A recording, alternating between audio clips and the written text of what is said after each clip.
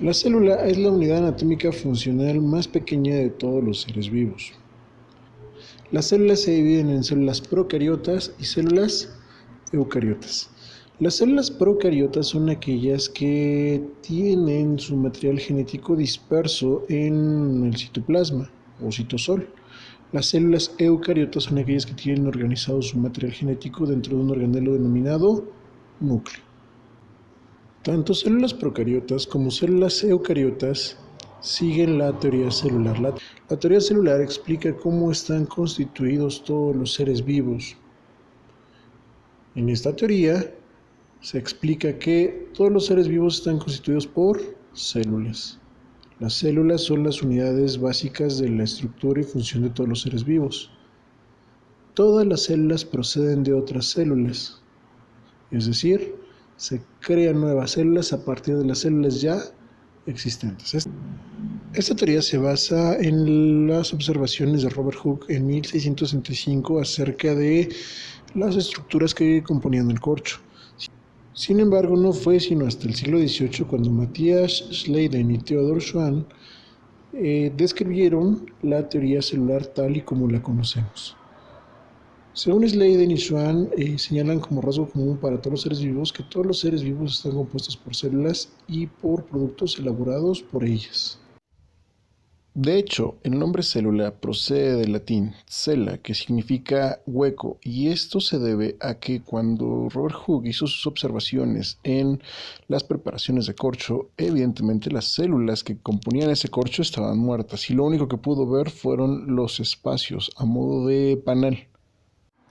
Tanto células procariotas como células eucariotas van a poseer organelos, los cuales van a cumplir diferentes funciones dentro de la célula. Dentro de los principales organelos que tenemos son los siguientes. En el caso de las células eucariotas, que son las que vamos a ver un poquito más a fondo, vamos a observar que dentro de los principales organelos que van a presentar tenemos al núcleo. El núcleo es una estructura membranosa la cual va a ser semipermeable al paso de RNA mensajero. Dentro del núcleo se van a guardar todos los cromosomas que obviamente van a tener todo el capital genético de la célula, además de que dentro de la célula vamos a encontrar una serie de enzimas las cuales se van a encargar de darle mantenimiento a ese material genético. Recordemos que el material genético está constituido por ADN y ARN. Enseguida veremos cuál es la diferencia entre uno y otro. Observamos que ambos van a tener citosina, guanina, adenina, y el ARN se va a diferenciar del ADN porque en vez de timina va a tener uracilo. Observen que estructuralmente el uracilo es muy similar a la timina, únicamente diferenciada por un grupo CH3. La función del ARN es crear una copia en negativo del ADN. Tome en cuenta que en el ADN se encuentran contenidas todas las instrucciones que requieren todas las células del cuerpo para su adecuado funcionamiento.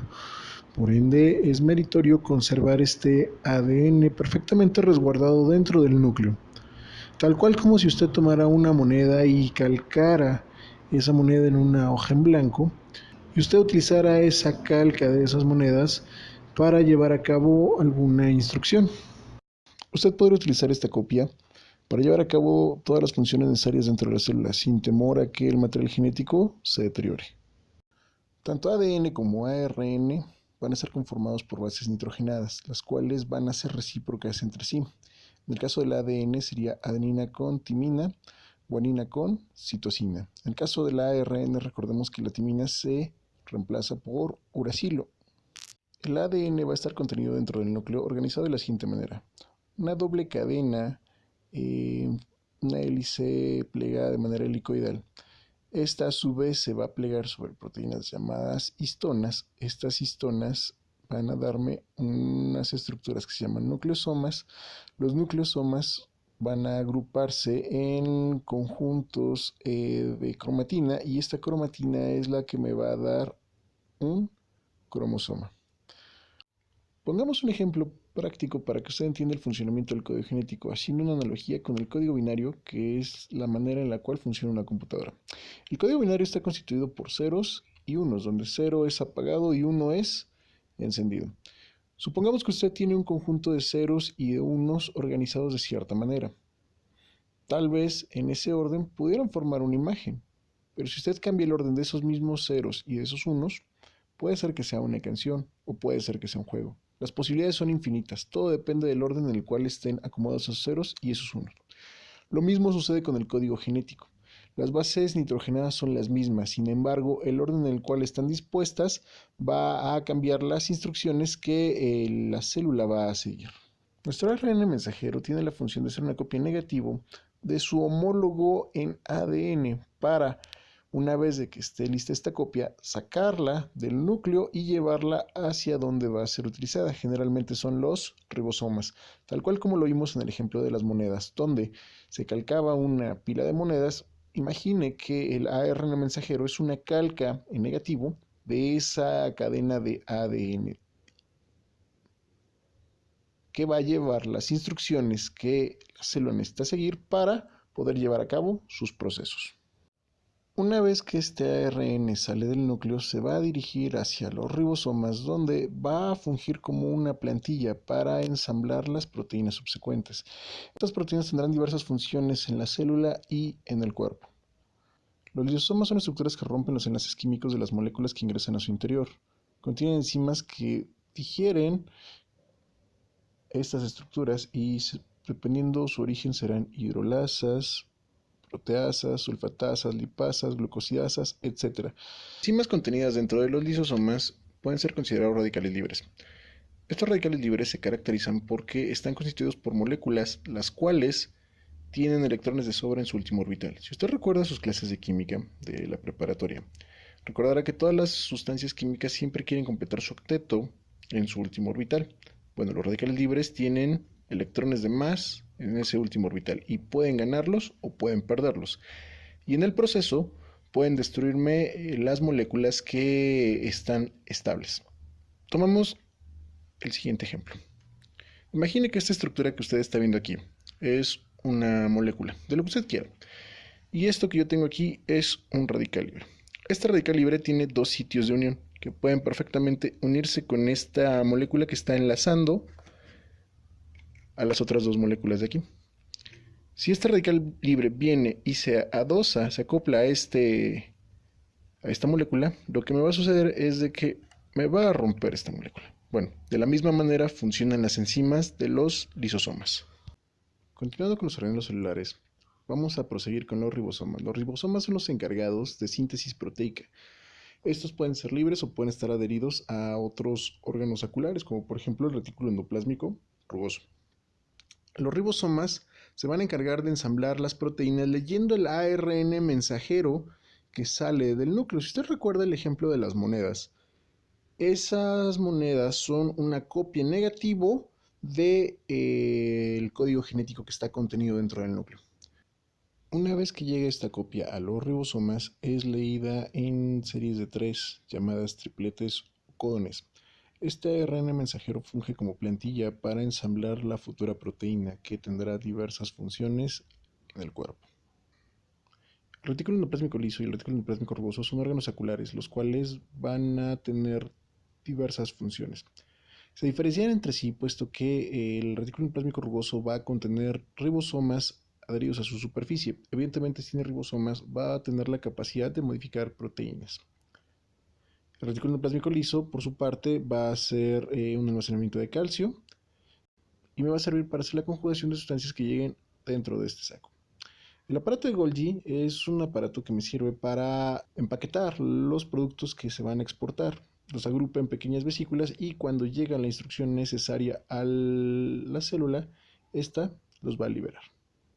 Profundizaremos más a detalle en los diversos organelos celulares en clases subsecuentes. A continuación hablaremos de dos organelos que son muy importantes para la función celular. El primero de ellos es la membrana. La membrana está constituida por una bicapa de fosfolípidos, la cual tiene esta arquitectura. La membrana va a tener dos porciones, una porción hidrofóbica y una porción hidrofílica. Recordemos nuevamente etimologías griegas. Hidros es agua, phobos, miedos. Es una porción que le tiene miedo al agua. Hidros es agua, filia es amor. Es una porción que es o tiene afinidad por el agua. De tal manera que las porciones hidrofílicas serán las que están aquí en anaranjado, en estas bolitas anaranjadas que usted puede ver tanto a nivel extracelular como a nivel intracelular. Y la porción hidrofóbica será la que está aquí con estos bastoncitos de color amarillo. La estructura de esta membrana va a estar atravesada por múltiples proteínas que van a fungir como canales.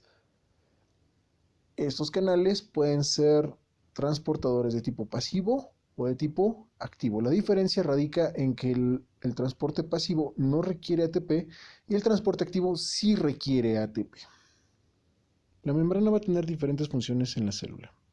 La primera de ellas es regular la entrada de sustancias dentro y fuera de la célula. Esto lo va a hacer por medio de electrolitos y los transportadores activos y pasivos. Va a delimitar el territorio de la célula y va a controlar la entrada y salida de sustancias. Va a contener receptores específicos que van a interactuar con mensajeros químicos. Recuerde que la célula es una unidad anatómica funcional, la cual no es estática, es un ente dinámica y por ende este dinamismo va a ser regulado por estos mensajeros químicos.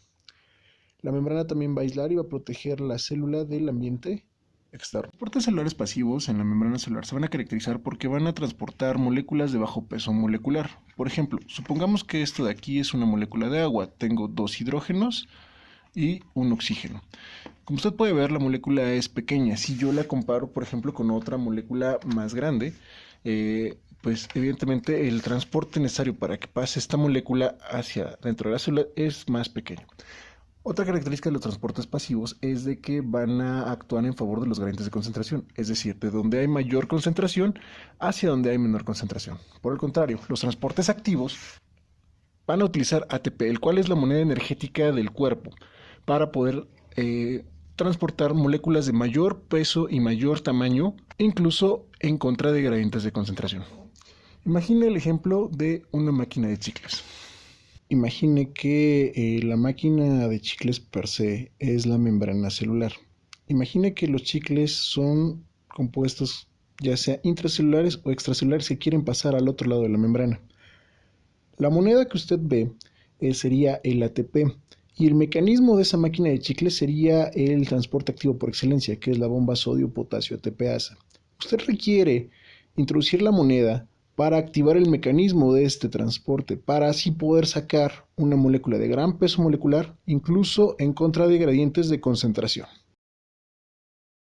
La membrana celular requiere de estos transportes activos y pasivos para mantenerse en equilibrio, es decir, en homeostasis. Si este equilibrio se llegase a romper, la membrana perdería su estabilidad y por ende el contenido intracelular sería extracelular. Profundizaremos más a detalle en esta estructura en clases subsecuentes. Otro organelo muy importante para la función celular es la mitocondria.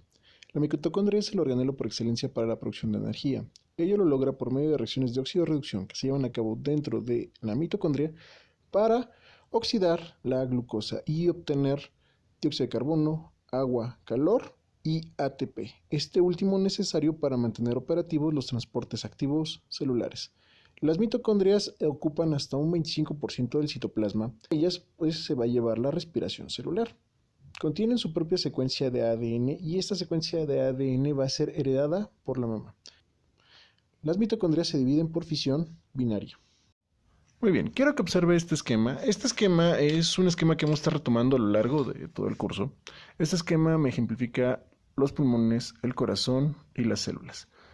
El corazón obviamente tiene 2 aurículas, 2 ventrículos, lado derecho, lado izquierdo. ¿Por qué? Porque estamos viendo este esquema en posición anatómica.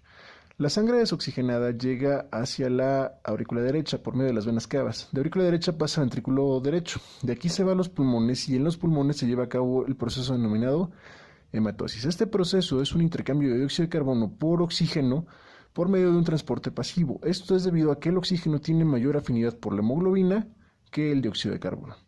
Una vez la sangre está oxigenada, va a pasar a la aurícula izquierda, ventrículo izquierdo y se va a ir a la economía del cuerpo. La sangre es una mezcla de diferentes sustancias, las cuales, dentro de los componentes más importantes de la sangre, tenemos el plasma, que en su mayoría es agua, glóbulos rojos, glóbulos blancos, plaquetas, glucosa, oxígeno, vitaminas, minerales, lípidos, etc. todos estos nutrientes van a llegar a las células y en las células la glucosa y el oxígeno van a pasar a la mitocondria para hacer algo que se denomina ciclo de Krebs, ciclo del ácido cítrico o respiración aeróbica. Se llama ciclo de Krebs porque el producto terminal de la reacción del ciclo de Krebs es el producto inicial del siguiente ciclo, de tal manera que la molécula reacciona hasta que ésta se agota. Los productos de este ciclo de Krebs pues, son ATP, dióxido de carbono, agua y calor. Estos últimos tres productos van a regresar a la circulación general. El dióxido de carbono se va a eliminar a nivel pulmonar. El agua va a formar parte del plasma y el calor va a disiparse en la piel. El ATP, por su parte, va a quedarse dentro de la célula y este me va a ayudar a mantener operativos los transportes celulares activos, con la intención de mantener la estabilidad de la membrana. Recuerde que la función de todos los órganos y todos los sistemas del cuerpo es mantener vivas a todas las células que lo conforman. Cuando estos sistemas llegan a fallar, la homeostasis se romperá. Si esta clase ha sido de tu agrado, no olvides suscribirte y activar la campanita de notificaciones para estar al pendiente de las nuevas actualizaciones que salen en el canal.